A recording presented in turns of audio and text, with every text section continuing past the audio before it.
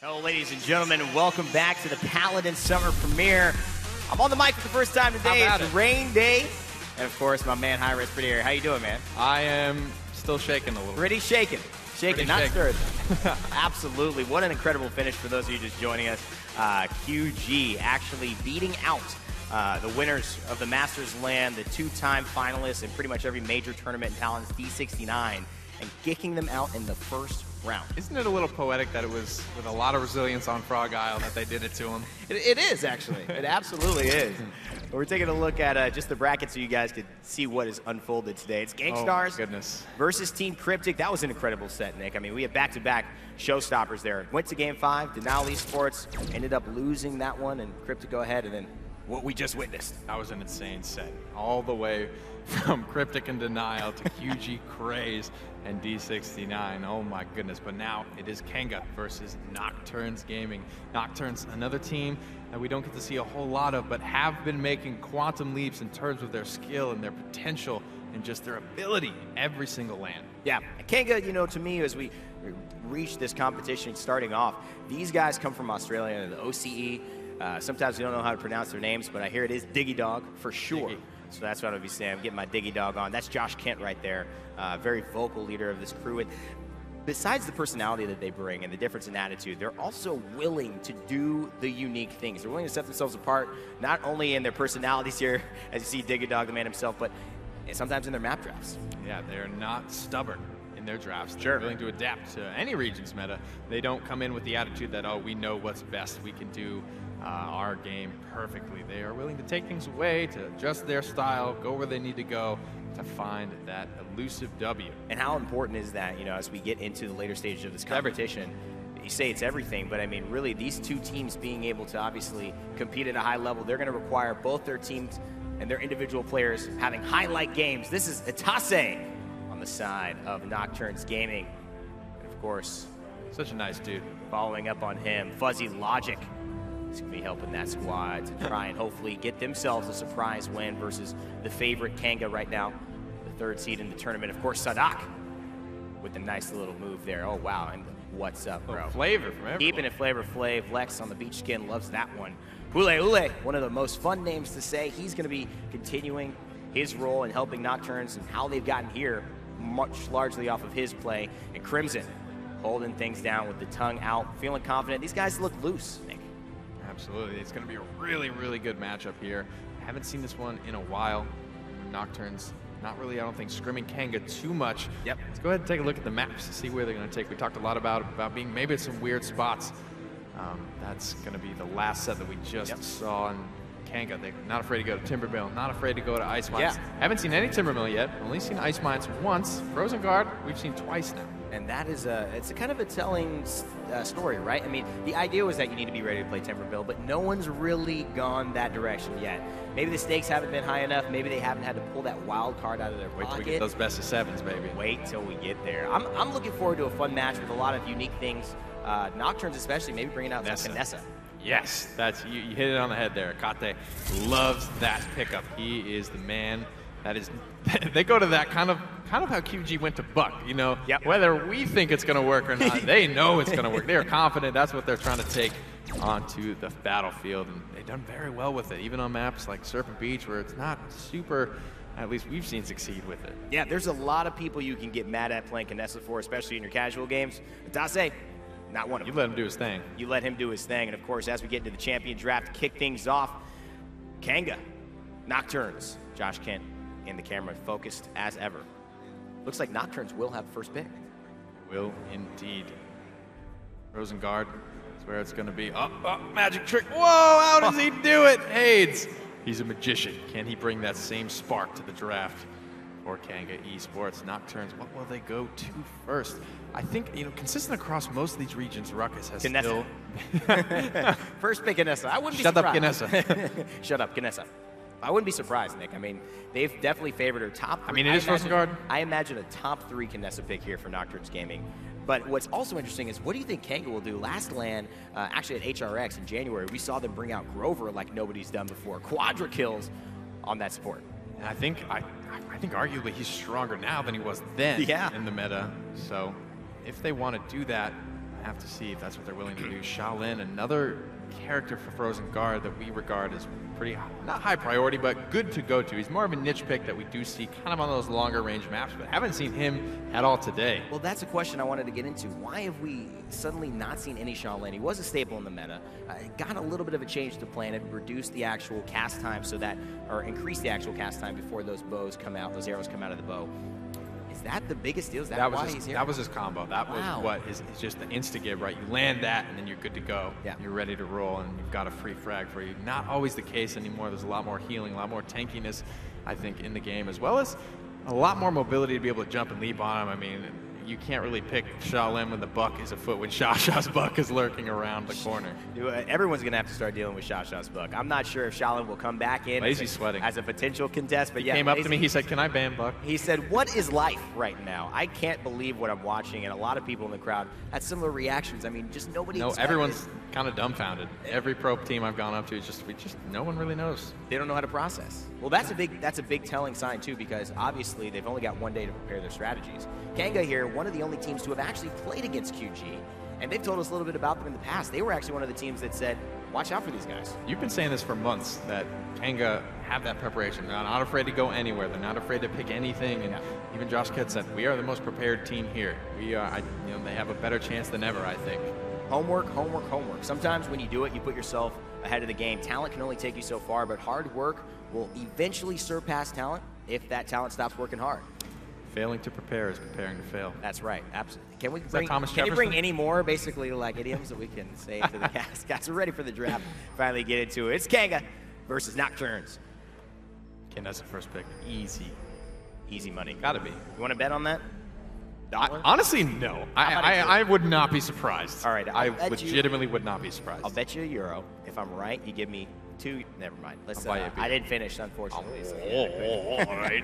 Unfortunately, my friend. But top 3. I'm looking at top 3. You did say top 3. I'll give you that. I was saying Kronicx has been consistent across every region thus far as a high priority pick of Cassie Bomb King or Kanga. And we'll get into, I think we'll start to see are these takeaways, because Kanga, I think, is the team that's done enough homework to be like, okay, they like this, they like that, we can take this away from them. Diggy, of course, got to have him on the king, though. And Knessa, as it is, number 2 for Nocturns Gaming, taking the sniper without any fear. It's early. And the stay-at-home dad as well, Barrick, will be tagging along, most likely bringing those architectonic turrets, which definitely do hurt. It's an early Knessa, sure, but the picks thus far for Kanga are Bomb King and Cassie. That's probably all the damage that Kanga are going to have. If they go into an Eevee, it's going to force them away from a double tank, and they are not headed that way as they pick up the Ash Makoa. They still need the healer, so all the ball is in Nocturne's court here. Every single ball in their court. All them balls. As you mentioned, Nick. You know, what's interesting is that Joelz on Kanga, not afraid to take the Knessa either. I feel like this is going to be a champion played in every single game.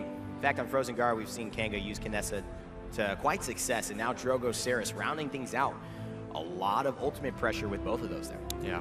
We say no flankers, but Bomb King Ash can pretty much just head 52 straight to the back line and just dumpster that character. So they're going to have to play it carefully. They're going to have to play it slow. But, I mean, Ekate survived the Bomb King land.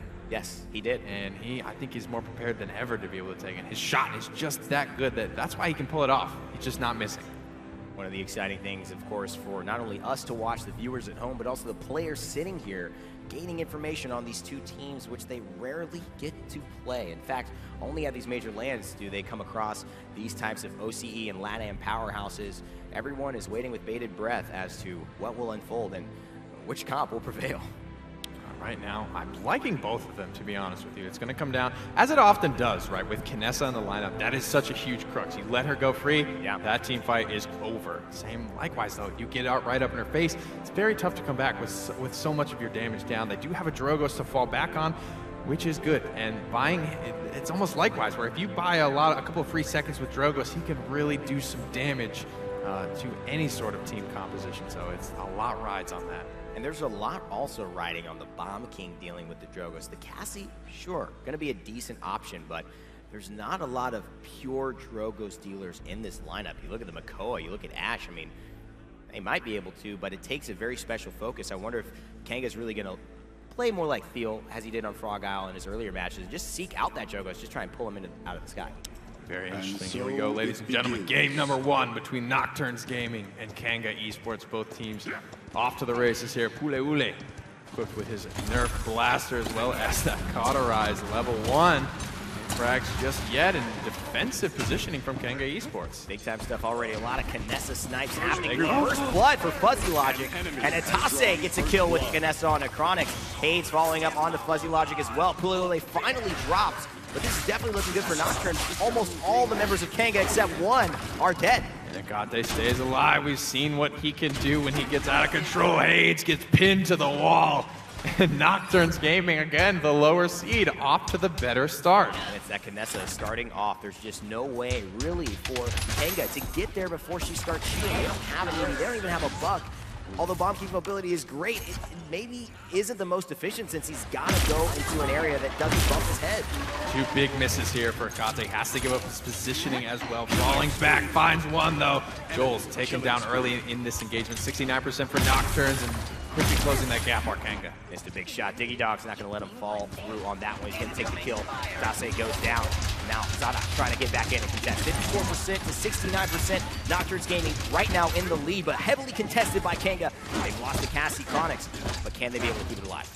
75% to 69%. Kanga closing the gap here, pulling ahead, in fact. Nocturnes have to make a move soon. They're getting their ruckus position there, and DiGeDoG takes out Fuzzy Logic out of the sky. Double kill for him as he sets up his team to find the first payload of the game. Saadhak goes down, and as you mentioned, DiGeDoG continuing the damage spree. Hits one, forces the etaceH away, but hey, that's all they need. Kanga Esports come away with objective number 1. 2 minutes and 40 seconds gone by. Now they got 2 minutes and 22 to push this thing to completion. It wasn't easy though.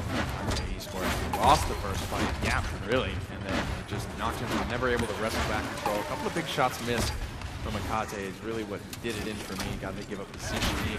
Those are all very important things that you have to fight so hard for when you're playing Kinessa on a map like this. Now he's forced to fall all the way back to his base. That's really the only next safe spot there is for him. Triple comes out very early, just creating some space for Kanga Esports, and they do find kill off that. Joshkent and Joelz pick up one themselves. Fuzzy Logic, though, trying to respond. DiGeDoG will fall, and etaceH grabs one of his own. And Nocturns Gaming turn this back around, though Joelz stays alive and keeps the payload moving. Haydz is keeping an eye out for this Kinessa. Going to be probably the one almost pseudo-Fernando style bully to get to the backline and try and do something. Headhunter is Poppy's trying to break his way through this shell shield, but not finding the mark on a lot of this. Puleule takes down Joelz in the process. Wow, unbelievable. So much damage. Takes Haydz out of the fight as well.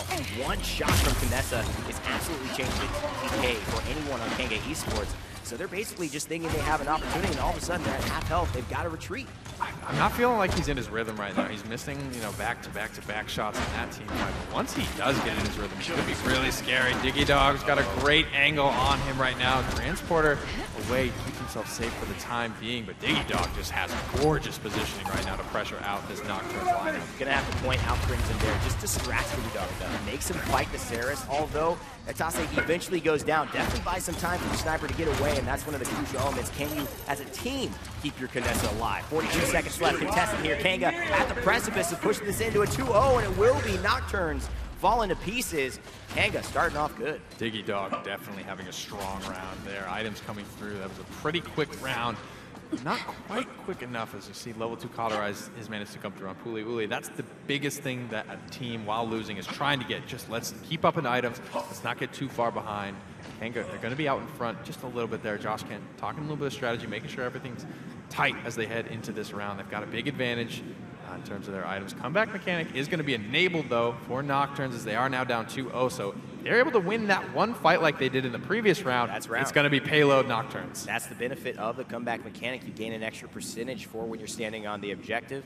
And that is, like you said, going to allow them to do exactly what they did last time, except now come away with an objective. And that could be so crucial in keeping not only your momentum or getting back into this game, but just your morale. You don't want to go down 3-0 so early. Yeah, absolutely. And one thing that needs to adjust, I think, from Kanga, because Nocturnes are not far down enough in items for it to be a very easy team fight. It's not going to be an easy fought thing this round, it's very telegraphed when you're going for a Knessa. Nocturns are expecting you to just dive at Kate, and they're ready for it. They were ready for it, and they executed properly in the previous round.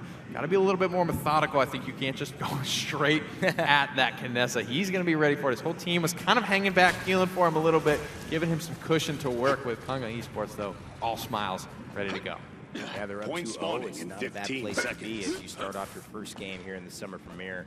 These two teams battling across from different regions, Australia, OCE, where most of these guys reside, and of course, Latin America for Nocturns. And now as we get into the second round of the game, about to ride on those ponies, get to doing what they do. Ash, Haydz, captain of the team, trying to keep his 4 streak alive and make it more. Dang, a lot of master riding coming out, heading straight for Kate's shoulder bash. Here it comes, 800 damage up into the air, transporter away, but they are unable to save his life. 3 kills for 1 right out of the gate for Kanga. Oh boy, did they have an idea in mind. Taking down the master riding and just get to the back line, just ignore the point.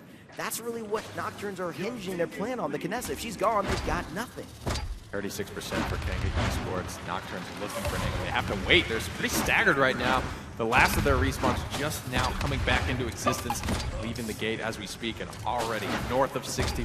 Kanga Esports have 2 ultimates as well, almost 3. They are in a great spot to keep this momentum rolling. Great play by DiGeDoG. Just gets the Poppy Bomb away, creating so much space. The Grumpy Bomb's done. 93% for Kanga. They've got to step onto the point. 99. Nocturns finally get there. The fight's ensuing. Oh, Haydz picks up 1. Kronicx gets another. Overtime taken away. Double kill for Kronicx. Triple kill for Kronicx with the Get Rex spray. Nocturns know his name, and Kanga 3-0. It's one of those fights that's pretty much over before it starts for me. They had to get onto the point or they give up the payload. It's the only thing left for them to do, and they didn't look like they wanted to just fall back and give it up for free.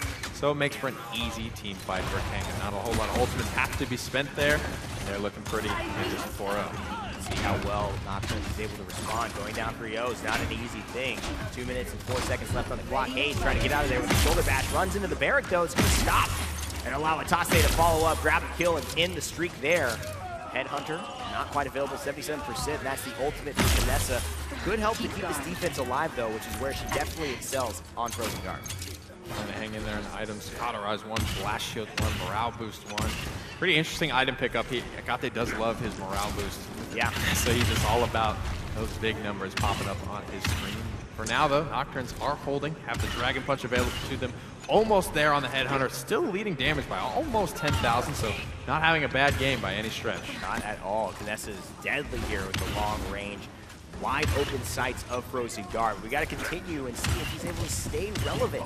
A minute, 16 seconds left onto the clock. Haydz goes down. That's a great play by Fuzzy Logic to keep his team alive. Here's the Ancient Raise though, Nick, with the Dragon Punch. Seals the deal. Yeah, textbook, yeah, but he was honestly pretty low HP at that point. I would have liked to see him go for somebody else. Nox was going to take the team fight nonetheless. Just a little min-max here. That's just the analyst in me. Not a bad play by him. Give him a break, Nick. Come on. Give him a go-up. What it is. All right, it's your first game. I'll let it flow. All right. But you know what's amazing about LATAM is they just decide to, you know, we sometimes question players who hold on to the ultimate so long. We're not doing that with Nocturns. They're willing to give it up, and they're going to have another one probably by the end of this push. 39 seconds remain on said push. 2 more ultimates in the tank for Nocturns. There's a Dread Serpent comes out from Joshkent's Maldamba. Kanga Esports long range stun, juggled left, right, and center. Joelz. Beautiful hook. Will trade his life for it, but Saadhak is going to go down 2 for 1 thus far for Kanga. DiGeDoG has to have about 5 health to his name, just healing up now, but playing so aggressive. Puleule gets the kill, and that's a double for the stay-at-home dad of the realm. As Joshkent follows up with the help of Kronicx. And this is looking like Kanga have a chance to close out the game here. Nick, Nocturns have to put something together. It's got to be special, otherwise they're losing game 1. Absolutely. 3 seconds remain here. Overtime. Kanga members are falling. Left and right. Fuzzy Logic with a double kill. Defense is going to hold. Kanga Esports still remain up 3-1. Comeback mechanics still enabled. Items starting to even up for both squads. Nocturns not looking shook. They look like they're communicating as if they know what is wrong. It's pretty decisive communications coming from the captain here, where Kanga, they're quiet. Everything's going their way. They don't really have anything to adjust. Yeah. They, it feels like they're bringing a level of just awareness that sometimes teams don't have. Point spawning You know, we're picking 15 Knessa. seconds. We know we're picking Knessa. We know we have a game plan, and we know that it really didn't work last round. Hopefully we see some adjustments. Some teams continue to do the same thing and the same thing over and over again, despite not getting any results. I expect Nocturns to at least attempt to mix it up. Maybe leave one more to hang with Knessa at the start. Yeah, this is where things are going to get rough. They had the Ashe to force her to basically what happened last round, Ashe forced the transport straight into DiGeDoG, and it was the easiest kill of that young man's life. Dragon Punch here for Ashe, but the nice assert dominance comes out. Hexafire doesn't have anywhere to go. It's just running into ground, goes for the long-range damage, largely getting nothing. Wow, Saadhak with that whole Hexafire finds no kills there. DiGeDoG and Kronicx, but in the meanwhile, having a blast themselves. Very, very low is Haydz, though, as the shield comes out. Nick? I gotta say, that was worth it. That positioning ended up paying off. Doesn't find much value with the Hexafire, but 2 kills basically for free afterward. Joshkent answers one. DiGeDoG does go down. FuzzyLogic barely alive with the skin of his teeth. One shot from Maldamba is gonna do him in. Long range gourd! Doesn't pick up the kill. Got the Sarah Seal too early there for him.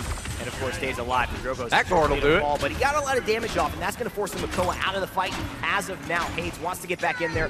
Comeback mechanic is sticking away from Nocturns. No one's on the point yet, but 58% and counting as they stand there trying to keep themselves alive in this game. Urgence came through, but Akate's already fallen 2 for 1 thus far. Kanga Esports popping the Angel Rage, searching for it. Saadhak answers on the Joshkent. Crimson escapes into Shadow Travel with 29 HP. He'll be able to get a heal. I'm just trying to find line of sight on this Ruck. He's going to get it. He's going to attach the tether, but these cauterizes from Kanga Esports are doing their job. The benefit of winning the game early, you get the credit advantage early. And so the cauterized 3s largely mitigate that healing. 60% now for Kanga. Nocturns at 74. Can they make themselves apparent onto the point? Will they jump back in? Saadhak goes there. The Dread Serpent, but it's immune by the Hexafire. Saadhak takes down DiGeDoG. Could this be Nocturns' time? It is. They take the objective and keep themselves in the game. Down, but not out. A lot of damage being pumped out for Kronicx right now. Misses a couple and then dials it back in to find that frag. And Nocturns will fall. They put it all on the line. They got what they came for, but it's going to take them a minute to get this one rolling.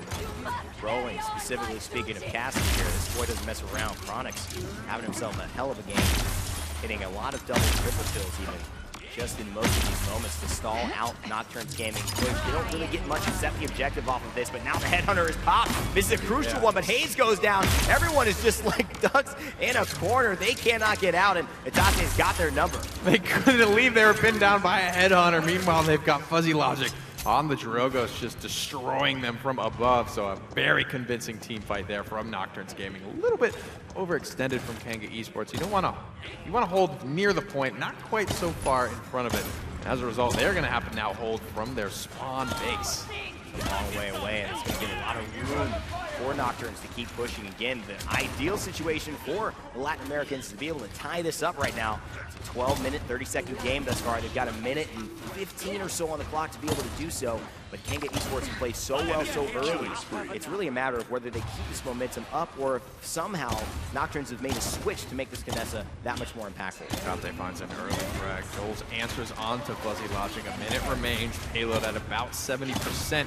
Nice distance to completion. Kate finds another. Finding good angles here despite just now coming into the long lines of sight on this map. Oh, Saadhak gets away with his life. That's one that Kanga are going to hope to have back. Just creating so much space with the aerial assault ruckus. You know, hoping to get the kills, but as we saw, Nick, even if he didn't get the early kills, it was okay. He created so much distraction and terror for these guys. Blocking the shoulder back excellently there. Has to pop the assert dominance. Only 175 HP, and that barrack turret is waiting like it's waiting. Shark in chummed waters, but it's 3 kills that come the way. Beautiful bait from Haydz. He stays alive and survives his way through a strong defense from Kanga after just one ultimate. Looks like Dread Serpent actually was committed a little bit earlier as well, but Kanga with a strong, stout defense. I mean, that's how you, that's it's a little bit of a risky maneuver there, but that's exactly how you want to use it. 175 health to buy yourself another 10 seconds. Pretty impressive stuff there. 3 seconds left. Convergence popped out. That's a very early convergence for Nocturns,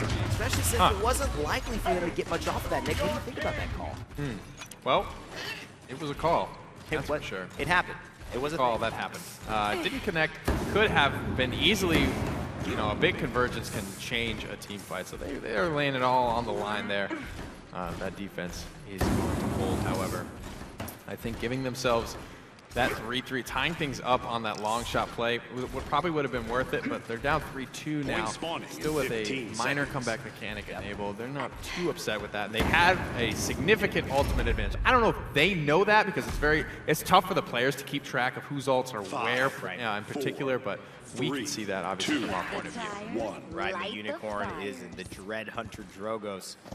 That man is skinned out. In all of my days, but he's got them all the different jets. He's definitely played himself some Paladins. Fuzzy Logic wants to continue. Ash to the back line with the shoulder bash, definitely pressuring out the Kinessa. Transporter's there. He's going to escape for now, but it looks like it's just a math problem. etaceH rounding the corner, and Haydz is actually left out to dry. etaceH escapes.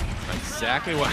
Pops the headhunter as well, looking to frag out. Haydz will fall. Nocturns take a significant team fight win, very clean. The game plan was clear from Kanga, kill Kinessa. Haydz managed to get to the back line, but nobody else from Kanga did. Diggy tried, but he died in the process, and the plan needs to adjust quickly or fall apart. Kanga take the ladder. Not one at all. Not one went to help Haydz, and unfortunately the Nocturns capturing this objective. It's 3-3, ladies and gentlemen, versus OCE and LATAM. Haydz is falling here. Unlike last point capture, they have the momentum. There's a 2 men down on Kanga. Nocturns are looking very good here, maybe even to win. Dragon Punch still available. Kanga Esports have no ultimates online right now. 3-3 scenario. Wow. Still momentum in their favor. DiGeDoG's in a bad spot. Joshkent has just fallen. No healing available for Diggy. He's got to try to win this 1v1, but he's going to get taken out by a barrack turret mid-air. Doc here, still on a 7 streak. For me, it's just been a fantastic display of what a Ruckus can do for your team, creating space, distraction, also providing the damage that Nocturne needs, and assistance for the Kinessa. Bringing up etaceH, who's 85% on that headhunter, as we mentioned. With a morale boost 3, big headshot. He's going to put him at 100. He gets Joelz, and he's got the ultimate left. 2 members down again on Kanga. Huge start, another big headshot around the bend. DiGeDoG goes down. etaceH is dialed in, ladies and gentlemen. Very aggressive transporter as well. Puts some damage into Joshkent, trying to taunt him to come out of base. Nick, it's 1 minute and 22 seconds left, and this is Nocturnes about to win the game. Kanga's got to jump on, and no! Nocturnes take the victory. Kanga Esports upset Latin America. Come on down. And the funky music, come on down to Paladins Town, ladies and gentlemen.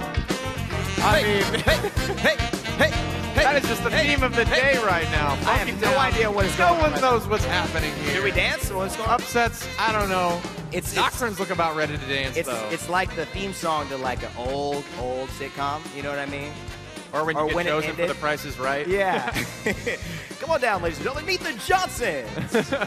And, of course, you see Kanga shaking their heads there, just trying to figure out what happened as we take a look at the scores with this funky music beat. Woo. Big damage number right now from Nocturnes.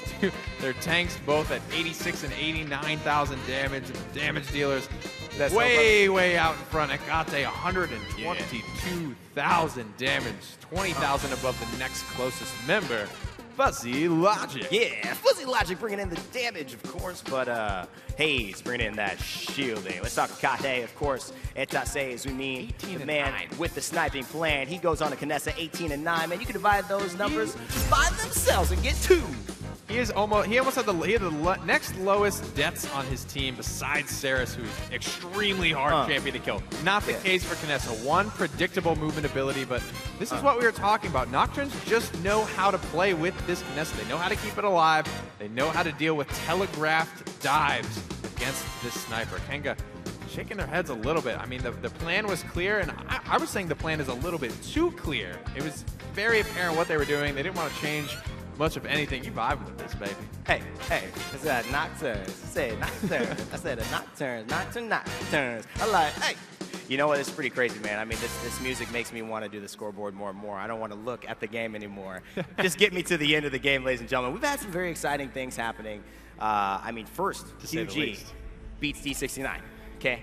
And now we have Nocturnes taking a game off of Kanga. It's not like this was it's impossible for people to conceive, because Nocturnes had a good performance at the Masters LAN, which is heavily dominated by Bomb King. Yep. But I mean, Kanga is clearly the favorite. And they didn't have a Bomb King at that LAN. Well, that's true. He was not available. For those of you who don't know, the Bomb King player that was for Nocturnes actually was a sub that could not make it, or had to be subbed for because he couldn't make it due to visa issues. So pretty interesting now how this is shaped up. Stone Keep, map number 2. Let's head into the draft. I don't feel the same without the music. Feeling your. Let's do the draft. Getting a little. Yeah, let's just do it. Game show host kind of dying. Ladies and gentlemen, the Johnson. I can't get over that. All right, let's get after it. Let's do it. See what the Johnsons have to draft. I'm today. absolutely ready. O-Long Johnson. The O-Long Johnson and the Snakes, ladies and gentlemen.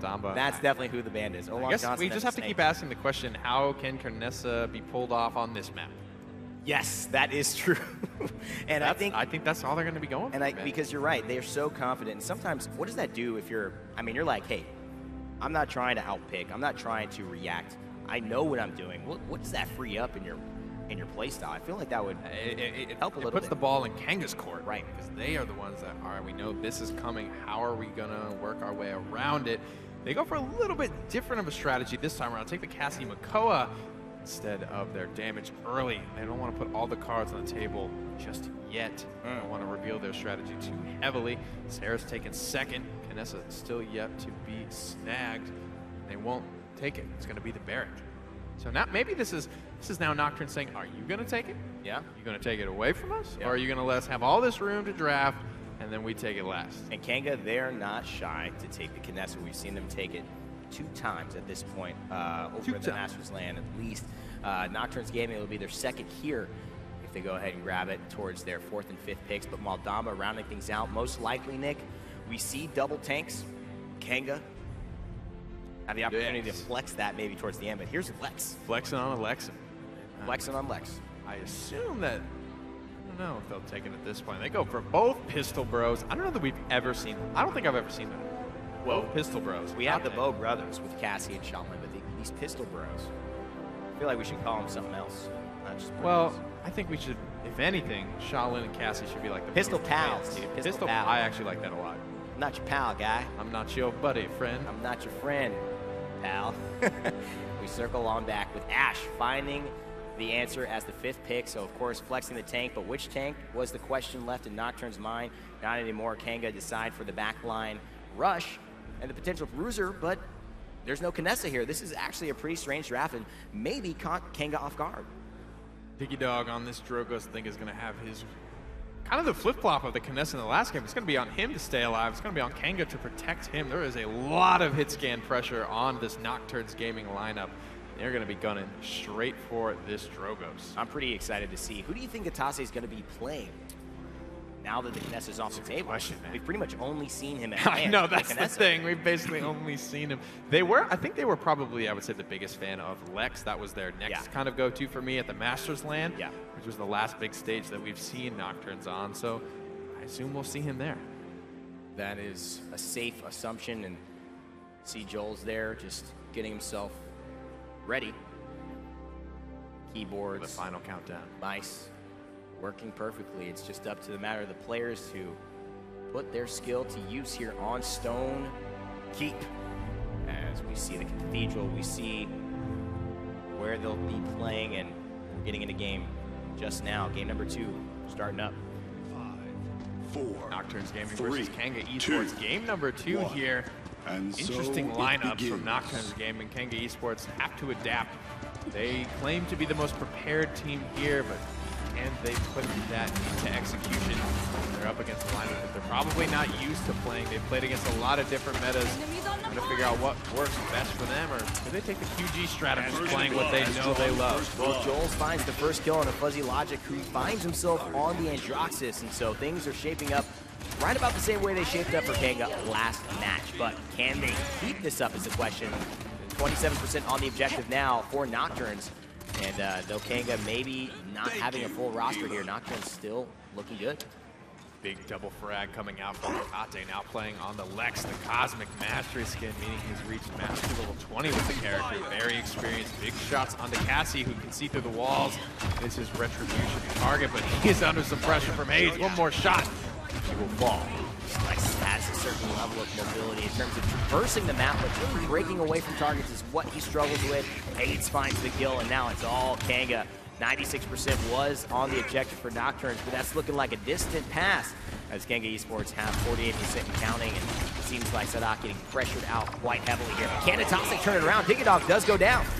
36%, just a small window, is all that Nocturns will need. Mako's working his way back to the point here, but they are surging forward with confidence. FuzzyLogic takes down Kronicx in the back line. It's going to be a brawl to the finish line. Haydz with the shoulder bash, going to try and finish off etaceH. He does. Will that be enough for his trouble as Kanga are left without one of their frontliners? But of course, Joshkent comes through and takes off one of the kills. Saadhak falls, so that is evened up. In fact, now Kanga have turned the tide completely. Crimson going on there in the shadow travel just to try and buy some time. They know he's there. They're just waiting for him to come out and play. He does get a couple of ticks percentage. Kanga working their way back up now over time in their favor. They are maintaining strong control over the point. Kanga, after some fight, are going to be able to take away the first payload of game number 2. They gave it up, decided to just treat Nocturns Gaming, sitting comfortably with a first game lead in the set. And of course on Stone Keep, don't want to give anything up too early, don't want to give any more credits than necessary to their opponents, Kanga, who have consistently dominated the land scenes here. Kills coming through for them. Keeping their momentum high. DiGeDoG finds FuzzyLogic as well, rolling through big shots. Only 2 tanks alive right now. No healer to keep them up. And Adam, Haydz is straight to the backline here, trying to clean them up as they work their way back in the spot. Nice hook, pulls Barrack onto the low ground, and they'll be able to take down Puleule. Yeah, nobody's stopping this momentum right now. Finally, DiGeDoG does get taken back to base, but an accursed arm in the air from FuzzyLogic helping to continue Saadhak's rolling pace here, taking down both healers by himself and helping Nocturns to relieve the pressure yet again. And again, Nick, we see just this willingness to use your ultimates mid-round. Yeah, just skunking the momentum is what they're really looking to do with those. Kanga Esports still have 2 ultimates left in the tank. Nocturns with 2 as well. Both teams close to their thirds. However, Scout is going to be a little bit less impactful for me than a Hexafire. Dragon Punch is nearly there. Kanga Esports could be a race to the finish line. A couple of big shots from Kronicx and DiGeDoG could result in those ultimates being charged in a big momentum sway. He is on the Blood Moon casting, Nick, and I know you don't know what that looks like to be able to play it in game yet. But of course, those of you watching have a chance to maybe get this skin just by watching Paladins Esports. And of course, if you play anything like Kronicx, you'll be glad you got it. He's going in, gaze into the abyss, and Saris with the ultimate picks up 2.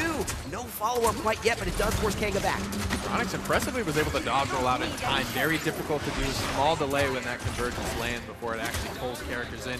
Huge hook from Joelz does end up in FuzzyLogic being slain. And just the flexibility from this Kanga roster. Joelz now playing tanks, Joshkent's playing supports. It's a very difficult team to predict. They are so flexible. That is one of the best words I would say to describe this Kanga roster, Nick. It was just absolutely perfect.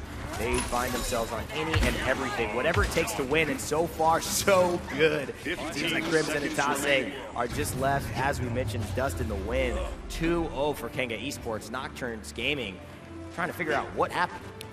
Not a quick enough round for Kanga Esports to keep Nocturns away from those level 2 offensive items. Saadhak, FuzzyLogic, they've all got that level 2 cauterize online, so not all lost by any means. We've seen this comeback before, the comeback mechanic enabled now for Nocturns Gaming. They've just got to win one team fight, which again, exact same thing that happened in game number 1. They won the initial one, weren't able to hold control of it the whole time. If that happens this time, they take that convincing win that they did in round number 1, that payload is going their way. Absolutely, and Nocturns, they're not ones to shy away from the pressure. We've seen them perform again and again and stick to their guns. It's now up to Kanga, who I probably feel have a little bit more on their shoulders in terms of expectations and weight. Nocturns just enjoying being ahead when not many people thought they would here. Jump shield popped out from Joel, starting the fight. Barrack goes into an early dome shield. And already on the point, first frag of the round goes to Joelz, takes down etaceH. Puleule quickly answers though onto Kronicx. Now struggling to get back up on the stairs. Joelz only 500 HP to his name. Up over the top comes Saadhak. Joelz goes down as a result of Ruckus' aerial assault. He continues to be effective for this Nocturns team, but a great stun by Joshkent, the flex player, just such a notable premier player in Australia. Another stun to just shut down etaceH, who solo ults Haydz. Nick, you gotta love that. I mean, it's worth it. It's the first time I think we've seen it used and landed thus far in the game. Absolutely taking out a tank's gonna be worth it. Think of it as like a Dragon Punch at this point. You can give more, great. But if not, one tank will do. And Joelz goes down as well. That's 2 in a quick succession, and that would be 3 over the last few seconds here. Will it be 4 for etaceH, who switched himself up off of the Kinessa, only to find him delivering justice in the realm for Nocturns Gaming. Retribution target going to be revealed to him, and that will be Nocturns again staying in this game. Now being pop movement, speed, crowd control, immunity for Kronicx, giving his team all the vision they need to set up this defense. The Paladins going the way of Kanga now, looking for Nocturns, excuse me, to try and even up this game number 2 on Stone Key. My goodness. We see Kanga go down too low. I don't even know what to say anymore. I really would ask the same question, Lazy David. What is life? What is reality here? Convergence comes through. Joelz gets pulled in yet again. etaceH showing his guns, quite literally, on Lex, bringing the law and enforcing it as best he can with the cosmic magnums there as the shoulder bash gets charged up. Battering Ram Legendary giving her 90% damage immunity, so Haydz will escape for now. Big streak for etaceH.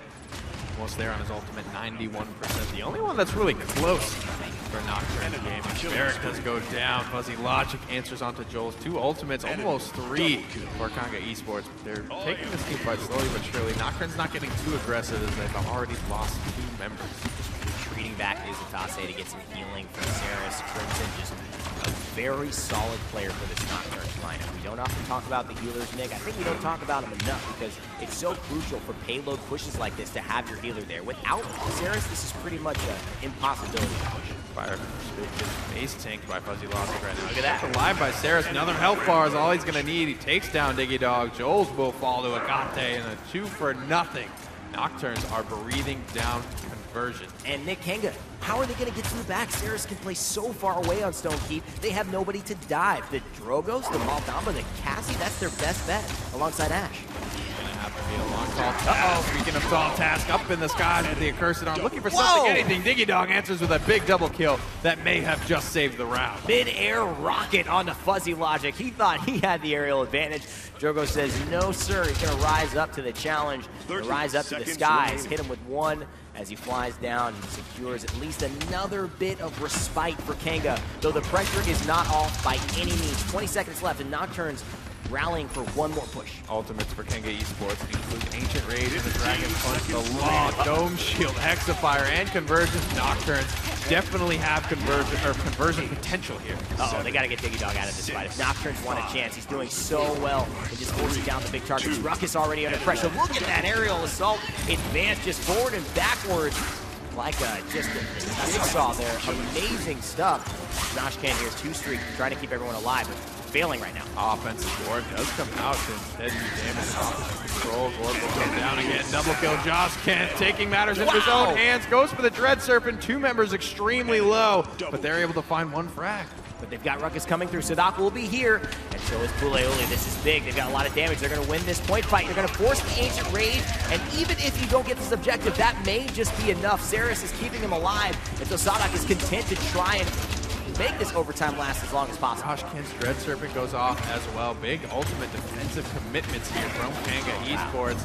They will hold the payload, but I'm not super upset at that if I'm Nocturns Gaming. They got a lot of ultimates. They're going to have the comeback mechanic enabled to a lesser degree, or actually to full degree here. Being down 2 points, 3-1. They've got ultimate advantage as well. They're not too far behind on items, so I think they're pretty happy with their position as far as losing goes. I mean, that's pretty much why I think we saw the Ancient Rage, because it meant a full point. If they're able to defend there, it literally means going up 3-1. That's the one time really where defending gives you that big advantage in the game.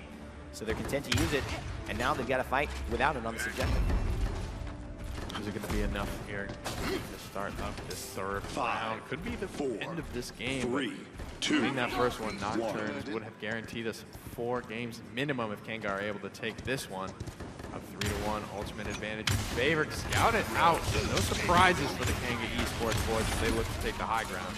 Already on the objective, but getting bursted down. DiGeDoG doing a lot of work there, but Saris keeping him alive. Crimson again having a great game, but Joshkent takes down Puleule. Of course, Nocturns withdrawing, trying to just find a little bit of a moment where they can regroup, but it's not enough. DiGeDoG and the rest of Kanga are relentless, and they take down Nocturns just like that. Working their way towards that 100% capture. 27% scooped away by Nocturns before they hold that L and exit stage right. Looking for a way to get back in now. Nocturns getting close on a lot of ultimates here, and there's going to be some value. DiGeDoG will fall pretty early on in this fight. Tanks are still healthy. Arm comes out to combine with Convergence, but doesn't get anything. Only hits Ashe in the Battering Ram Legendary for shoulder bash. It basically does 90% of that damage mitigated, but it does look like Nocturns are able to follow up off the Convergence and just the displacement alone and be just as effective.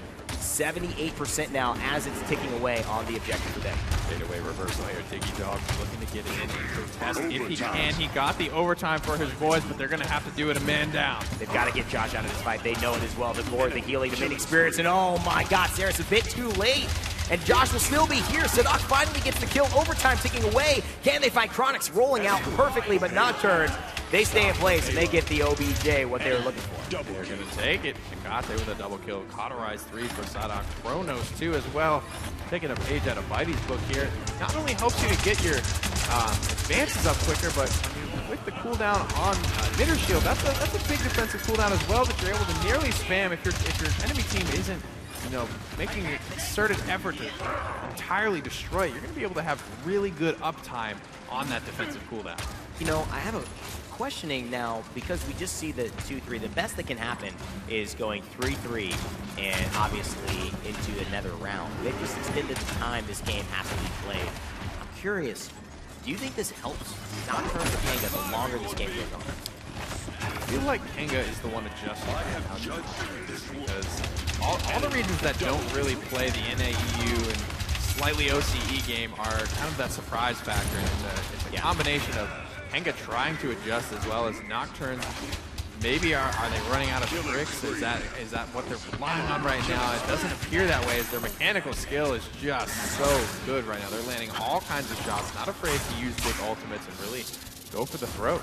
You see a guy who's consistently effective on Knessa. In fact, the only champion he's played in a major LAN setting against all of these teams competing here today. And now switching it up onto Lex, having himself a pretty decent performance, and Nocturns not quite staring defeat. In fact, very close to staring a potential victory again in the face if they can push here. 53 seconds left on the objective. That's a long time to find just a little bit left. Joelz is going to pop the Ancient Rage. Fourth, Makoa finds one big kill onto Kate in the back line. Joshkent, he's being left alone right now, and for good reason. He's pumping out a lot of healing right now. He's very low HP. 37 seconds remain, but Kanga, I think, a convincing win. Finally, Crimson goes down. I gotta say, that might be one of his very few deaths in this entire game. Crimson has played pretty phenomenally for me. But so is Saadhak, just creating that space with the Ruckus.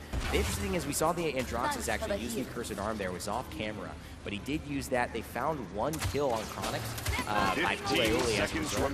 But he's not going to have that up here probably for this push or the next objective fight. 10 seconds remain here. Can anyone from Nocturns find their way onto the payload? Nocturns have 4 ultimates to try and find conversion. Kanga have 3 to defend with conversion. Will come out, pulls in the 3 law! Big long execution, but Kanga are able to hold that defense. That one's gotta sting if you're Nocturne. Such a beautiful start to that fight. He gets Haydz and Joelz. He gets the Makoa and the Ashe. I mean, you can't ask for anything better, but it comes of nothing because no one's near the payload. Still, very, very promising Lex play coming out from etaceH. 7 billion people in the world and not one on the payload. None of Nocturnes, none of them died either. I don't know how much counter initiation could have come from Kanga if they lost both their tanks, but a blessing in disguise here. The Australians live to fight another day. 3, Those are the ones that can sometimes throw a team into maybe mental lapse, maybe a little bit of miscommunication, maybe a little bit of pessimism going on. We'll have to see if Nocturnes can maintain this composure to allow them to win game 1. Although Saadhak gets pulled, he's got the emitter shield to help actually serve as a bait. Now they go on to the aggressive end. Joel getting very, very low here. Although Kronicx is doing his best to get rid of these bear turrets, they may lose their tank, but no fuzzy logic, and Saadhak go down instead. DiGeDoG with the first frag there off the back of a Dragon Punch. He's not going to lose his life for it. Every ultimate from Kanga was used to seize control at this point. 15% climbing north of 20 now. 2 ultimates to take this one back, a Dome Shield and a Hexafire. They're looking to get that convergence. That's the best setup they've got. They have so many things to punch a team fight home, but only convergence to set it up. He's used just to avoid the Makoa hook, and Haydz is in trouble here. He's going to have the shoulder bash, I would assume, ready and available, and that's it. He gets out. Maldama not going to be able to heal him up as fast as probably Saris would, though, so Haydz still fighting with half health. There's the Dome Shield, perfectly used. Saris heals him back up. This could be what Nocturnes were looking for, but they've only got 2 alive. 93% for Kanga if they can win this fight. They're struggling. So many members of their team are very low. DiGeDoG rotates into the front line of the fight alongside Joelz to help convert these kills and take this game home. etaceH gets Kronicx, and now Saadhak finishes up Joshkent. Saadhak gets 2. fuzzyLogic gets DiGeDoG, the cursed arm. fuzzyLogic gets the double kill. Will Nocturns be able to be the last man standing here? Look at that kill feed. And get themselves another payload. There was 9 kills up on that kill feed. The last man standing fuzzyLogic, but Nocturns Are you kidding still have a big hill to climb. They were so low in terms of their capture point progress. Kanga still have plenty of time to shut this game down. At what point are Nocturns playing so well, and at what point are Kanga just choking? The ancient rage doesn't come out early enough, thinks he's safe, but the damage comes through. Can't get it off. fuzzyLogic playing out of his mind, but no one steps on the payload. The objective, Kanga wins. What a turn of events, ladies and gentlemen. Again, From 0 to 0. 2 times there. The failed amazing initiation. Haydz, apparently it's all going according to plan to him. That one's got to sting a little bit. 2 great moments, I think, for Nocturns. 3 great moments, even, you could argue, if you count that great almost overtime initiation from round number 3, but just slips through the cracks. Kanga tie up the set. Let's head to the scoreboard here. Big damage numbers from these tanks, and etaceH as well, all sitting within about 1,000 damage of each other. I mean, you can't teach that type of team synergy. This is almost like the QG D69 scoreboard, where Kanga have lower damage, slightly worse slash lines, but they come out on top. I mean, just an incredible performance by everyone on the team. Bad slash line. One guy, though, in particular, DiGeDoG, 17 and 13. He's got 120,000 damage in this game as well. He was the most notable player for Kanga when they came over to the United States in the Masters land for one reason only. He was their Bomb King player. But also, he's the newest member of the roster, though. He showed that he was definitely a force to be reckoned with. Creates a lot of content, so if you want to follow him and check out some of the videos he's constantly posting, very active in the Paladins community. Beautiful stuff. Nocturns Gaming, talking over him, scratching his chin. Upset with themselves, and frankly, I wouldn't be either, but we do have a bigger task ahead of them now as the set's tied up. We've got at least 4 games coming now. I mean, I gotta say, that one hurts. Yeah. It hurts more than others might, because you do everything right, you get the kills, and there's just something that in the cards, you don't know exactly where it went wrong, you don't know whose foot stepped off. Twice in that game, Nocturns found themselves making amazing plays with their ultimates, and like Nick said, 7 billion people in the world, and not one of them on the objective. Let's take a look at the maps as we head into, obviously, Game 3. That's going to be Jaguar Falls. Yeah, it feels like everyone's been there, right? Where you're that guy that has to be contesting, and you end up like in the final snapshot screen where you're actually standing, or you've got a toe on the point. It just didn't calculate quick enough for you. And the ball didn't fall your way. But got to keep your head up. You got to keep moving forward in the set. There's still plenty of Paladins left to be played. And sometimes that's really what it is. The ball doesn't fall in your court. That one thing goes the other team's way, and it allows you to just take advantage of what, if the other team had that same situation, they would have taken advantage of. Just not always in your cards to control every bit of your destiny. That's why you got to make sure that you're going to get the win. Sometimes it comes down in the play. Sometimes it comes down in the draft. Let's take a look at what champions will be heading into Jaguar Falls as the set is all tied up between Nocturns and Kanga. So looking for probably some more tankiness here than we've seen in the past. Both teams not afraid to pick up 2 tanks, but this is where we could see the triple tank or the fabled Gangstar's patented Quadra tank that has yet to succeed. You think that'll happen, Quadra? Sounds pretty far-fetched for the land. Never know. You do never know. Kanga. QG beat D69 today. Anything. I'm not ruling anything out anymore. Can happen. First pick Ruckus once again. Nocturns and Kanga, they're consistently choosing to take second pick. I think they're fine just giving up the Ruckus first and playing around it. Yeah, and that's important for them, as of course they want to see how Kanga's lineup develops. You can see a bit in that. And of course, looking at it now, the question is, will the Kinessa come out? Giving a lot of opportunities for Kanga to counter draft. On Jagman, that's a stretch. Hey man, I've seen etaceH do anything crazier, so they're going to stick to their guns, and especially the way Lex is working, I mean, that's a solid pickup on Jack Falls. It is a very solid pickup on Jack Falls, indeed. Modestina going to that one more often than not, a pretty famous EU Lex player. Kanga going back to the Drogos and the Saras, basically running back their lineup from the previous game. They broke fix it. Nocturns Gaming not really wanting to change up too much either. They're going to get the Maldamba this time around, giving up the Saras to what would be Joshkent, but like we said, very flexible roster. A lot of people can play support. A lot of people can play tank. We've been seeing Joelz playing tank today, where he traditionally has been their damage dealer. So the Pistol Pals locked in for Nocturns Gaming yet again. Androxus, Fuzzy Logic had a good performance with some unfortunate caveats of no one being on the objective to follow up and secure that win for Nocturns. And of course, etaceH showed good skill aiming, showed good decisions as when to use the law. They just love hit scan, man. They're forgoing Bomb King and just they love the hit scan. This sounds like what some people were thinking QG was going to bring in 2 hit scan, no blasters. But actually, this is more like what Nocturns are doing. Yeah, we never got to see Joshkent and Androxus. So basically the same lineup here for both squads. The only thing different being the healers swapped for Kanga and Nocturns Gaming. Jaguar Falls, I mean, we expect to see a lot of brawling on the point. And Androxus and Lex are pretty much as impactful. They can both break line of sight pretty easily, get in, get out, get where they need to be, and just trying to pressure out this Drogos as much as possible. They can't let DiGeDoG run as free as he did. 125,000 damage with an Androxus and a Lex and a Ruckus in a game. And I mean, even you can throw even Barrack into that pool of hit scans with the Architectonics that's been being picked up. The hit scan turrets, so much pressure on Diggy, but he's making it work. And with Drogos, he can be so much more effective on Jaguar Falls sometimes in terms of the flanking role, because they don't have a traditional flank here on this close, tight-knit map with a temple theme that they're going to be playing on this next game. So they're going to need the Drogos to be as effective, and because they're such close quarters, he can do that much better on this map. 5, the other thing is that I think it's great for Nocturns that they got the Maldamba out of Joshkent's hands. He's just such a pretty player. Those stuns, I mean, he changed a lot of games and moments with those Red Serpents and stuns. Tied up 1-1, 0-0. Game number 3 underway. Both teams are going to step out of bounds too quickly. Fuzzy Logic getting out of trouble. No hook is going to land, and it will result in first blood. Kronicx goes down. Fuzzy Logic is getting flanked out. Will it be DiGeDoG as well? If he can get 2 for the money here. Oh, in the reversal, he's going to thrust up, and DiGeDoG still going to find the kill, and Saras is going to heal him back up. Joshkent being effective wherever he put him.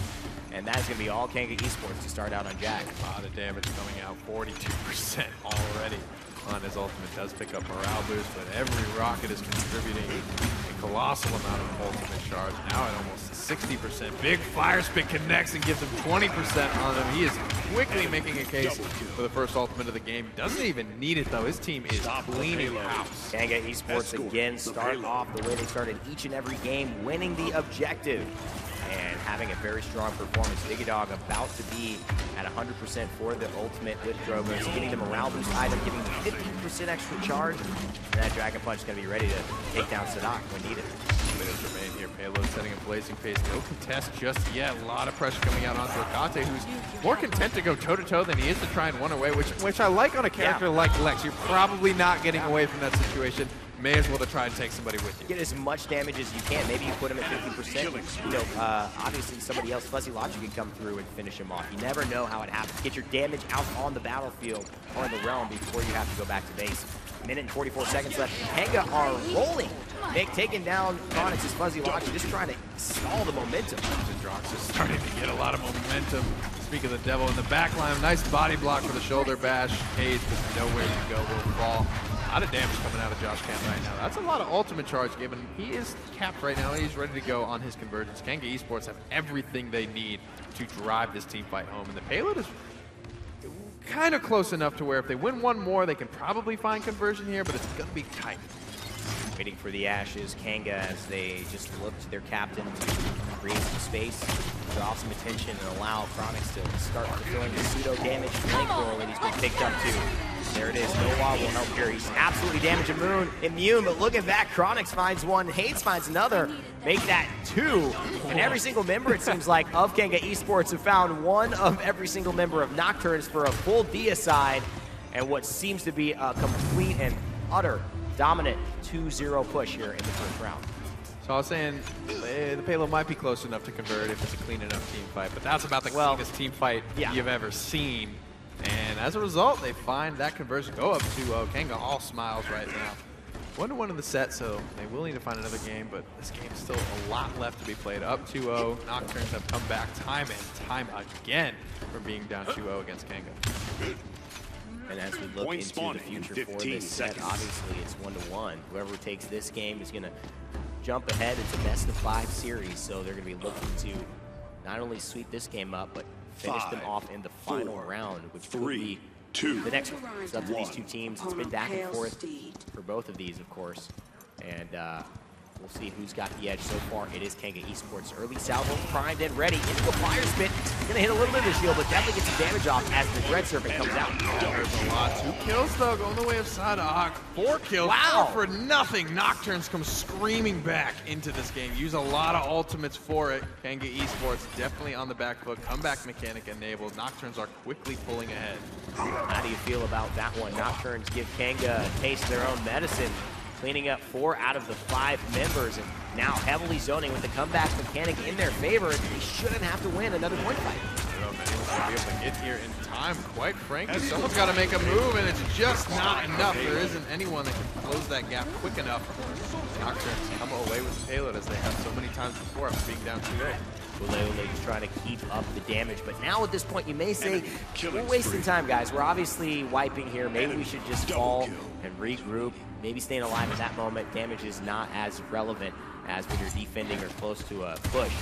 So Nocturns finally will regroup. 2 minutes left as they begin their very, very far advance. 2 on 1 for Kronicx here on the castle. Basically, it's about as aggressive of a zone as you can get here from Kanga Esports, trying to hold Nocturns in their spawn, but they're going to give him 2 kills for nothing on the back foot right now. Joelz is going to fall as well, and all the momentum given back over to Nocturns Gaming. 4 for nothing. FuzzyLogic coming in with the Androxus play that's definitely shocked a lot of players, not knowing how good he was on this champion, but having some great moments, not only last game, but this game as well. Opening space up for Nocturns Gaming, and now Saadhak continuing on the right side to take off some of the pressure. The left side, etaceH is trying to find grouped up bunch of Kanga Esports and get a little bit of damage off. The Law is ready, so if they somehow get a good clump, they may be able to change this game with 1 ultimate. A couple of ultimates online for Kanga as well, everything except Scout. Scout not super impactful anyway, though, during the middle of the round. It's often used as the guard. Haydz falling very low, will go down. 57 seconds remain in the round. Kronicx rolling around, kind of gets something done, but he gets taken down by FuzzyLogic. Another 2 for 0 thus far for Nocturns Gaming. Boy, oh boy, do those magnums hurt. Flex just keeping the pain real. Righteous here for FuzzyLogic. 2 streak for him, wearing the Nature's Chest pistol. Not what we always see, but definitely accenting his ferocious style in game here. Does he have the ultimate? 95%, 99. He could be available, but he's got the reverse. He's got to dash out of this very quickly. He's going to get through the window. And oh boy, use the wall, and there it is. He's able to survive. He's dashing out, but he's also going for a quick flick shot in between dashes. Love to see that. Joshkent actually puts a bunch of soul orbs into the back of FuzzyLogic's head and takes him down. Haydz finds one as well. 9 seconds remain, and Nocturns, they're all knocked away from the payload right now. No one is here to send this into overtime. Looks like Saadhak is going to try and do just that, but not the man you want to have frontlining for your squad in overtime. Decent stuff, though, by Crimson. Definitely bought them some time. Saadhak is here by himself without the healer. It is going to be one coming through, but it will be FuzzyLogic who falls just as fast as he arrived. Joshkent, Kanga, they're going to take a 3-1 lead here on Jaguar Falls and put Nocturns in a bit of a precarious situation, Nick. Very, very strong triple kill for Kronicx at the end of that round on his Cassie. 3-1. This is where we've seen Kanga a lot of times throughout this set so far, but Nocturns has not been knocked out by these types of leads. They're never afraid. They know they can do it with the comeback mechanic especially. It's going to come down to correct ultimate usage, that type of thing, finding those big value ultimates to swing this back in their favor. All they got to do is win that one team fight, so I wouldn't be surprised if we see them go for that full commit strategy right out of the game. So much between these two teams in terms of great skill, great tactics, just unique play styles, and yet both of them find themselves neck and neck at times. So far, the edge here is Kanga Esports. Haydz comes through, throws the shield, and they'll get one onto Fuzzy Logic to start the fight off. Joelz gives his team a great start to a fight. Joelz gives his team a great second frag convergence, pulls in another. DiGeDoG slams that one home. Kanga Esports with a beautiful start to this team fight. Use a lot of ultimates for it. Nocturns wisely don't use any, so they still have plenty of time to come back, use their ultimates, get that one team fight win, and then with that comeback mechanic, like we've been mentioning, secure this payload. Dread Serpent into something like the Law. Of course, etaceH did just fall, so they're going to have to wait for him for the max usage. What are they going to find off of that? In fact, Crimson may go down. Kronicx with an incredible flank as the damage dealer, and he takes down the healer for Nocturns. Getting closer and closer. Kronicx is having himself a game, ladies and gentlemen. Another triple kill in that fight. Joelz and Haydz find 2 for themselves, cleaning up that fight 5-0. Kanga Esports will take another victory in this set, going up 2-1. All smiles for the Australians. That'll do, ladies and gentlemen. Kanga coming through yet again with a victory, feeling even more confident and relaxed, and it feels like the tension's only rising for the side of Nocturns Gaming as we zoom out. See etaceH scratching his brow, Haydz smiling contently. In fact, I'll tell you why I think they're just so happy right now. Is because they have been scrimming QG a lot. QG defeating D69 means that is the next opponent waiting for the winner of this series. They're feeling good about their win so far, and they're feeling good about their chances against QG and getting themselves to the finals of this tournament. That's a very, very good point you bring up. D69 was looked to be maybe the wall, the stone fortress that they probably weren't going to be able to pass if history is any indicator. But now, QG, somebody they faced, they've pretty much had the better of in scrims, staring them in the face if they can just get one more game against Nocturns. But I don't know. I don't think they should look too forward too fast. I'm more and more a firm believer in scrims mean nothing, basically. The captain there was the one who kind of... He's the guy who has to set up the scrims, dude. Yeah. You tell him all his extra time on those Discord calls and like emails. Setting up scrims, making sure means nothing. Prepared, but Joshkent says everybody really kind of does their part. There's not one guy. I don't think they have a coach that they lean on. It's the players, and that is why we've seen this team come together so well, find so much success when it's all 5 guys that want to succeed. They're all wanting to put in the work to get better. I mean, the results speak for themselves. One of the things I love about Kanga Esports, and I mean, first of all, the kangaroo. It's an awesome little logo. It's an awesome logo. And I mean, Aussie. Throwing the flag out there. It's just fantastic stuff. They got a bright personality to them. But the other thing I like about Kanga is they're absolutely accountable. What I mean by accountable is that they don't come here blaming situations, blaming other teams, blaming circumstance. They say we are going to be prepared, like you mentioned, and we are going to take accountability for being able to win our games. Nothing in the world matters except how we perform. And so far, that's gotten them here and maybe going to get them to the semis. I mean, they showed how to get here early as well on their own dime, just to boot camp, just to be with the team, just to build that synergy. They've been here for like close to a week already. Yeah, I don't know, something like that. But they've been here longer than anyone else, preparing. They're ready to prove themselves as one of the top seeds in the world. They have their eyes set on the finals, if not the tournament. You know, it's an interesting kind of little story. And some of the players were obviously getting here. It was hot yesterday. There's a lot of conversation about kind of wish it would be this way, kind of wish it would be that way. Didn't see Kanga in the mix. Didn't see Kanga in the mix. Some of those teams, in fact, aren't even in the tournament right now. And it just goes to show when you let other things distract you, you don't keep that as your #1 focus, there's something you lose. There's something that you don't contain. Maybe it's a little bit of focus. Maybe it's that one poppy bomb that goes your way versus the other team. I mean, how many team fights have we seen decided by one shot, one ability, one moment defining a game, a set, or a tournament? Kanga Esports are putting themselves in the best spot they can to win this set. Not over just yet. They're leading 2-1. Nocturns, they've gone down but not out. I'd like to see Nocturns try and get themselves back on a map where they can use their Kinessa. I mean, they're only 50% on it right now, using it 1 of the 3 games. Yeah, that was the big change up for me. etaceH only playing Kinessa, then going straight to the I'm not playing Kinessa at all. I'm a Lex main, which I don't have any, I don't have issues with. I like Lex. But the key is that he wasn't able to really... Haven't gotten on the right maps for it, in my opinion. They changed the identity, though. The identity was, and we were saying this, how are they going to make Kinessa work on this map? And even though Jaguar Falls isn't the best, they did go away from that. Because it's like, we should have been saying, how are they going to make Jaguar Falls Kinessa work? And we would have been saying, it's not. The furthest I think we're seeing them stretch it is probably Serpent Beach. Not great on Stonekeep, not great on Jaguar. It was good on Frozen Guard, and it worked well for them there. If they can just stay alive in this set, that's where we're going to start seeing Timber Mills. That's where we're going to start seeing Ice Mines, and that's where we're going to start seeing Knessa be a little bit more viable. And potentially that's where Nocturns could look to turn things around. Yeah, that's going to be interesting. We'll see what maps is coming up for the final games or game here. If it seems to be Kanga gets another win, it will be Ice Mines, as we mentioned earlier, Nick. So a lot of opportunity definitely for Knessa here. Yeah. From a defensive and an offensive push perspective. We don't see it a lot from other teams, but this is where Nocturns is not other teams. They could make it work here. It's not as good on the point fight as it's going to be during the payload push. So it's just about drafting a team comp that can help Knessa get there. Yes. And so let's see who they bring into the realm to assist the sniper, if they so elect to choose her, as we head into the champion draft for game number 4, possibly end game of the set here between Kanga if they take the victory. Leading 2-1, looking confident, smiles across the board. First time they've chosen to be first to pick this game. What will they take first? I assume they could take Ruckus. That's what Nocturns have been taking. Ruckus just so good kind of everywhere. Tons of damage, good mobility, a lot of health, team mitigation options, which are pretty rare.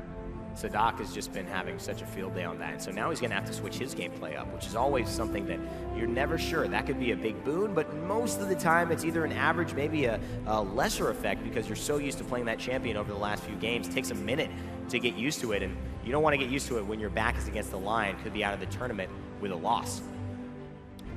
Back to Kanga's side, they will take the Saris really quickly. I think, man, I mean, they're both pretty neck and neck in terms of supports, but I just like Saris's ability to confirm damage and charge her ultimate on these tight corridors. Drogos as well.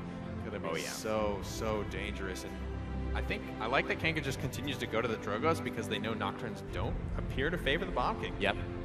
There's no need to do that because, of course, they're not trying to worry about getting the best blaster. They're just getting any blaster that they want, whatever they feel confident in. Though they have had plenty of hits again, Nocturns now have the ability to last pick a Knessa that would leave them with a pretty decent lineup, but no AoE pressure. Cassie and Knessa would be definitely holding the larger end of the damage. Victor and Ash take it away, so not a hard flank chosen from Kanga Esports, but then again, they haven't taken a hard flank yet. Nocturns have the opportunity to go for their famous Knessa. I don't see anything else in this comp so far that I would wager that etaceH is going to play.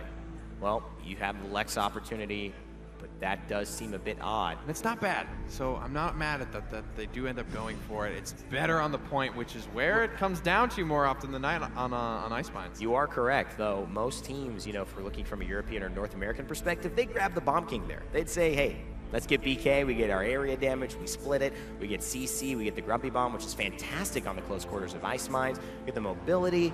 But going with the Lex here, they're 100% Haven damage on Nocturns Gaming, so they're going to be able to be pretty heavily counterplayed with that item if Kanga elect to do so. Most likely we'll see that come. Maybe somebody might pick it up first if they're not really a designated wrecker or cauterizer, but for the most part, it's going to be very tough. I mean, if you go for that on like a Saris, it's just going to be that much harder to bring her down, and Joshkent's just going to run wild with that amount of life. Well, out of the fight, it's going to be hard for anybody on Nocturns Gaming to really travel the same way that everybody on the side of Kanga is going to be able to do. Despite the Victor just being able to continuously run, you've just got Drogos being able to take it to the air, Ash with the shoulder bash. Of course, you've got yourself fantastic Ruckus aerial assault, and Saris being able to just go invisible and damage immune for 5 seconds, which can definitely clear some distance here. As we started off, Kanga Esports and Nocturns Gaming. Potentially the last game of the set. Wrecker for Fuzzy Logic online out of the gate. Nocturns Gaming position themselves in the spot to win. They're going to be the first ones onto the payload, but quickly shredding through those shields. Kanga Esports having no trouble. First blood there for Fuzzy Logic as well. Looking good on the Cassie to start out, so this is a good sign for Nocturns Gaming. Oh, big shot into the air onto the Drogos. DiGeDoG going to be under a little bit of pressure. Good disengage on the Ruckus. Stops collecting the objective time, but oh, DiGeDoG comes back. Finishes off the Hunter's Daughter with ease, and Joshkent heals him right back up. Oh my goodness, that amount of burst. Healing, and DiGeDoG again wins another 1v1 in the same spot. Gets topped off by his healer.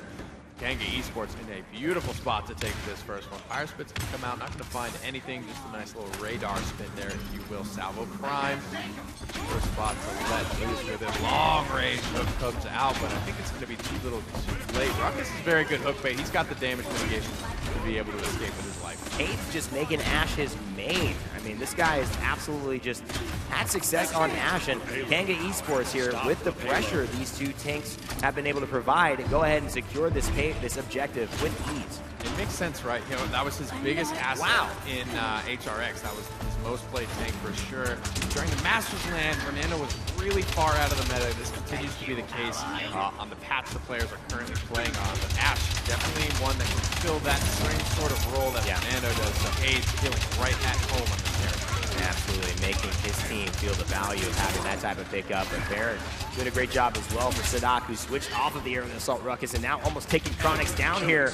But no, Joelz will finish him off. Joelz, another guy to mention, Nick. So, you know, I remember some of the Victor games that this guy played. This man's tracking is unbelievable. It's insane, and that's why it was weird for us to see him playing Makoa and tanks, you know, throughout this set, because this is where I'm used to seeing. This is what I've seen him qualify on. This is what I've casted him playing previously. So it was very cool. Speaks to their versatility as a squad. 27 seconds remaining. Ultimate starting to come online for Kanga Esports here, and they are nearing conversion with, you know, time to spare. Yeah, as we just mentioned, the way that Joelz is playing. etaceH, another guy who's been playing so well today for Nocturns Gaming. One of the big reasons they got the first win of the day in this set, and also kept alive in these fights. Takes him down, helps to stall out this push in a minute left.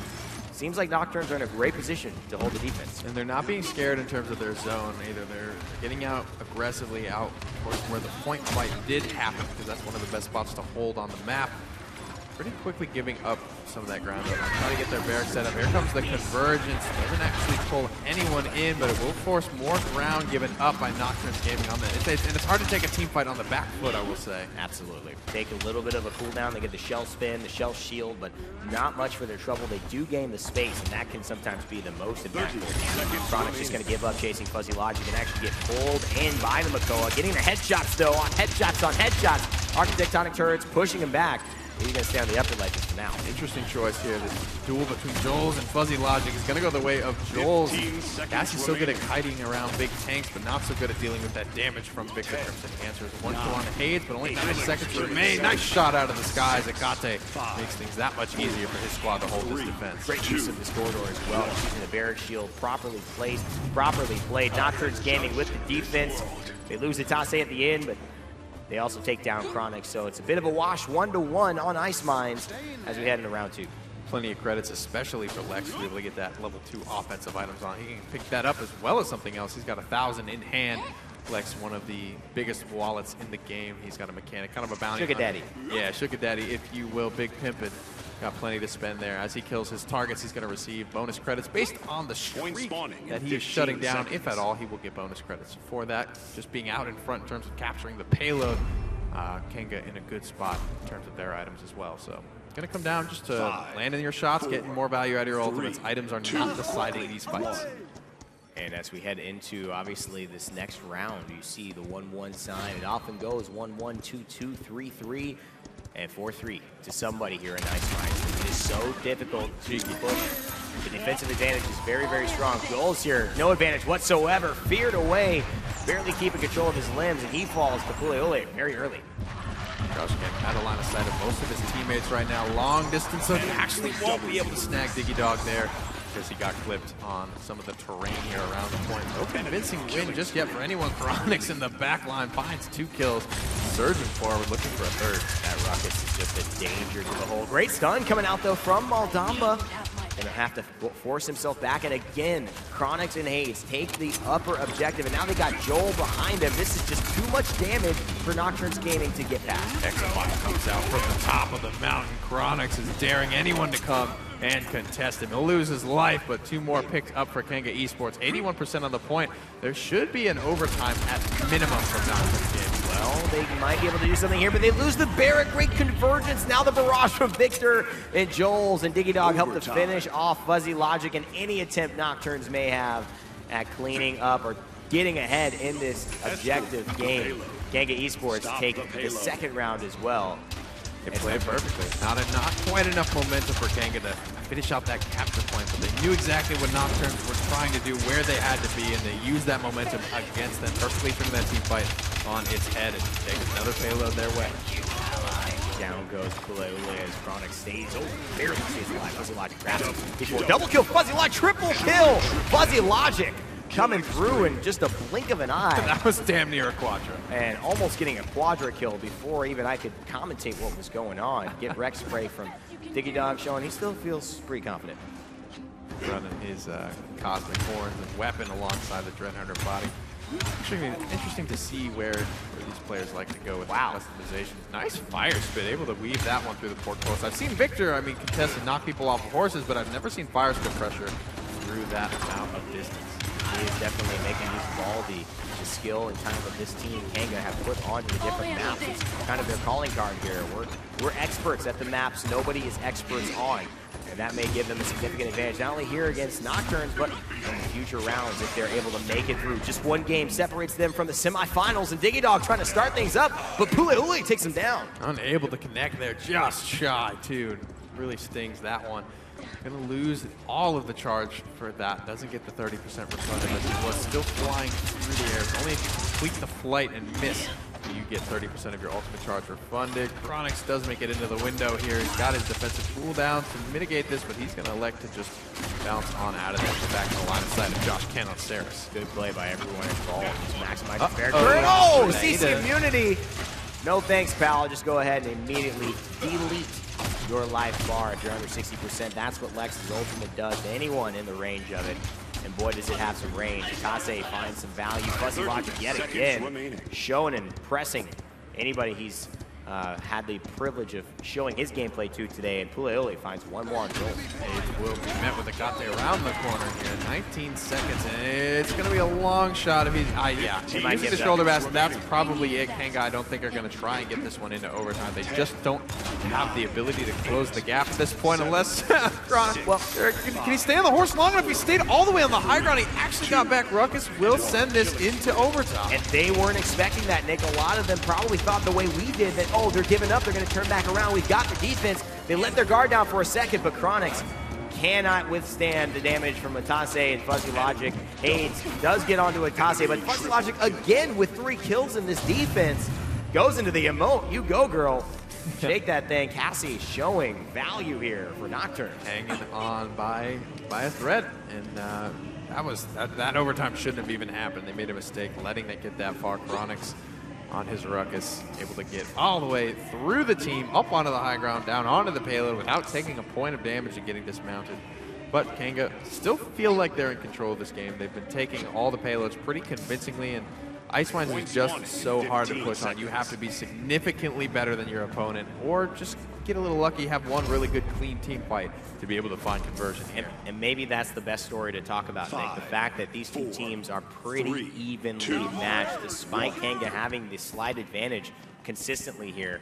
They're not that much ahead of Nocturnes in terms of performance, and one thing going their way might be able to change the entire course of this tournament. Of course, Saadhak here on an H3 with Barrett doing well on the defense. Can he bring it to the objective fight? Looks like no!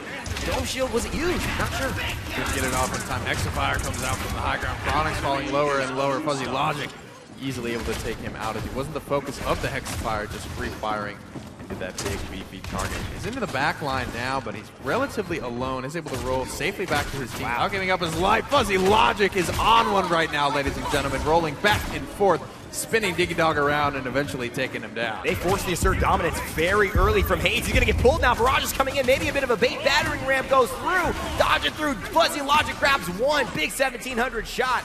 And now they're looking for Saris. Can't find her. But Kanga Esports are dropping like flies here.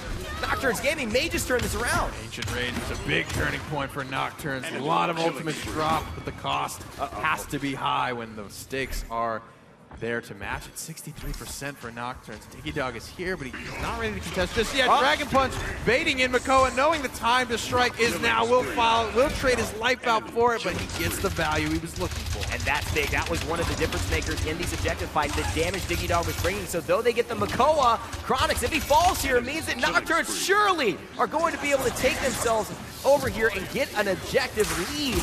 But it all depends on if they're able to capitalize. Crimson finds 2 himself. Joshkent grabs one of the fuzzy logic. But Crimson on a 13 streak with Moldamba gets the carry award. And it will be Nocturns here, Nick, taking the 3rd objective. That could be it, should be it, would be it, and Nocturns have done it, taking this payload, moving themselves in a position to win this game if they can find conversion after being down for 2 rounds straight. They are not deterred, and they bring it back. I think one of the biggest things for that is noticing that they lost the bear early. It wasn't the issue there. With the comeback mechanic so strong, they just needed to get that one moment, that one breath, and fuzzy logic. And surprisingly, Crimson gave it to them. The Moldamba player coming through so strong for Nocturns Gaming, getting a couple of clutch kills to push things through. Minute and 54 seconds left now. They've been stalled, but it's a good sign heading into the next round. We expect that because Nocturns don't have a lot left in the tank right now. They used a lot of ultimates to get this payload, and it's taken some time and a couple of wins in these team fights to get this momentum high.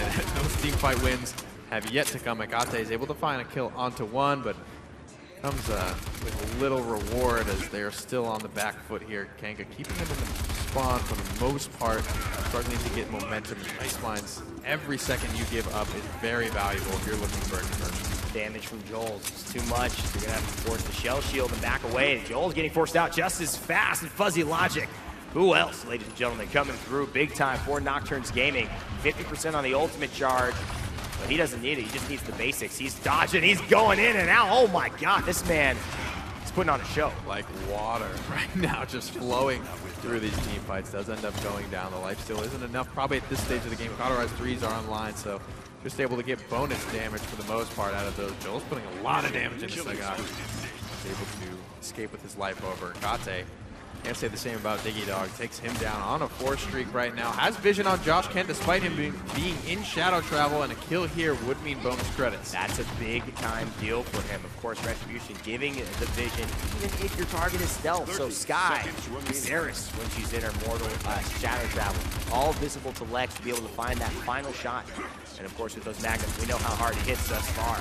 20 seconds left. They've got a long way to go, Nick, but anything is possible, but maybe not now that 3 members are down. So much damage right now coming out from Joel's grenade around the wall. It's going to be good. Nice ricochet there. Barrick putting a ton of hurt back the way of Joel. He is leading way out in front by 25,000 damage on his Victor, doing a blessed job for the first Victor of the tournament. The first Victor, frankly, we've seen in competitive play for a hot minute. It's 3-3.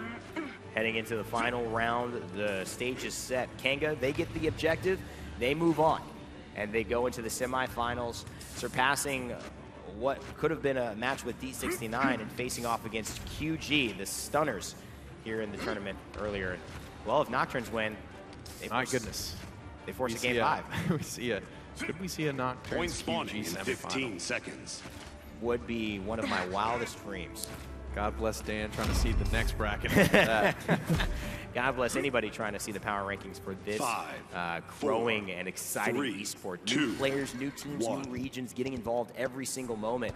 And it's just evidence of what we've seen today. And of course now maybe evidence of what will happen in this point fight. 3-3. It's all on the line. Every ultimate available for Kanga Esports. Only 3 ultimates available for Nocturns. Long range convergence comes out. What's he going to pill up? He's just a Barrett. No kills just yet. DiGeDoG's deep in the back line. Joelz finds first blood. Puleule, which is his working barrage, comes through. Oh, big time for Kanga Esports. They're going to get 3 for their trouble. Make it 4. etaceH falls down, and that Victor will continue to remain at the top of the damage charge for this game. And maybe that will cement the fate of Nocturns Gaming. Not a lot of mobility, as I mentioned, Nick, to traverse space. They may just not be able to get back in time. Ancient Rage forced out early. Nocturns are not in a good spot right now. They're going to need damn near a miracle at this point. So much pressure is coming out from the top of this hill. They are forcing Nocturns just back. There's no angle. Kanga Esports take the set and move on to the semifinals. Joshkent, DiGeDoG, Kronicx, Joelz, and Haydz, members of the Australian Paladins community from Oceania. And basically going ahead shaking hands with LATAM representatives, Nocturns Gaming. Hugs all around. Just a lot of love from these guys. A lot of orange on the stage. Dreamhack orange chairs, orange Kanga jersey, orange Nocturns jerseys. Dreamhack Mave. Dreamhack Mave on the, oh my goodness. Plenty of OJ. plenty of OJ as well. OJ in the morning. Hotel we're staying at. Very, very good stuff. And of course, Nocturns Gaming, so good, so strong to be able to just get this far. Taking a look at the scoreboard. Fuzzy Logic, absolutely star player for me, as well as along with etaceH and Saadhak. Crimson had a great performance as well. Puleule, I mean, everybody came to play here.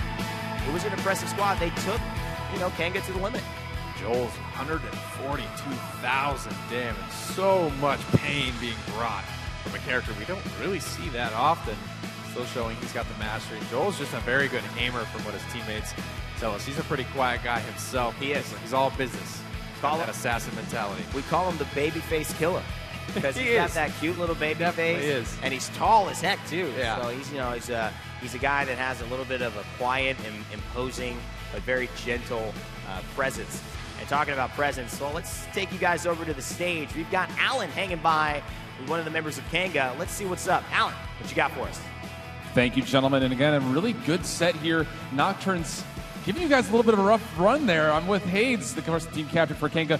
What does it mean to come up game number 1, map number 1, and fall a little short? I know you guys were kind of looking forward already toward the semifinals. Did that kind of put you guys on your heels a little bit?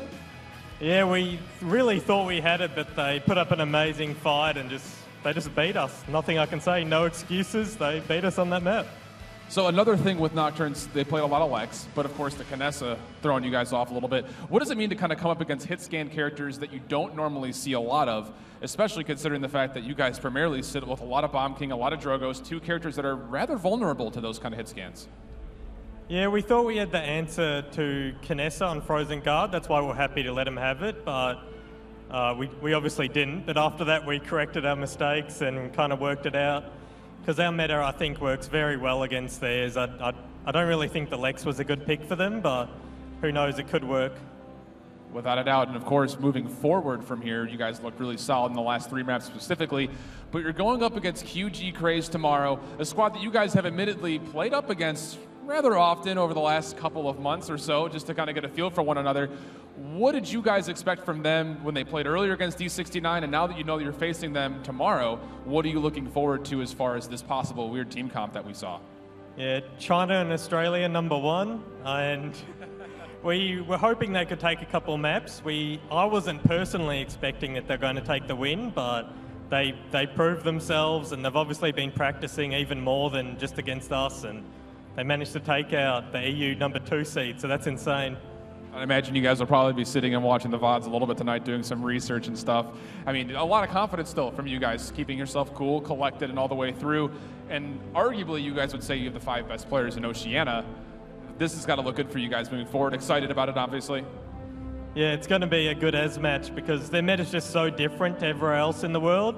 But hopefully we've adapted to it because we've been up against it before. So I think we have a slight advantage over the European and other teams who just, what's happening? How are they killing us with these random drafts we've never seen before? Well, you heard it here first. That's the Eastern Hemisphere being represented not only from Oceania, but now China in that kind of grudge match out from the Eastern Hemisphere. Of course, that's not all we have for Paladins. We have the console scene, PS4 coming up with Invigorate playing up against Team Cryptic, the EU side there, not Team Cryptic that we saw earlier today. So make sure you stay tuned. We'll be back in a break in just a little bit, and we'll have that PS4 finals in just a bit for you guys.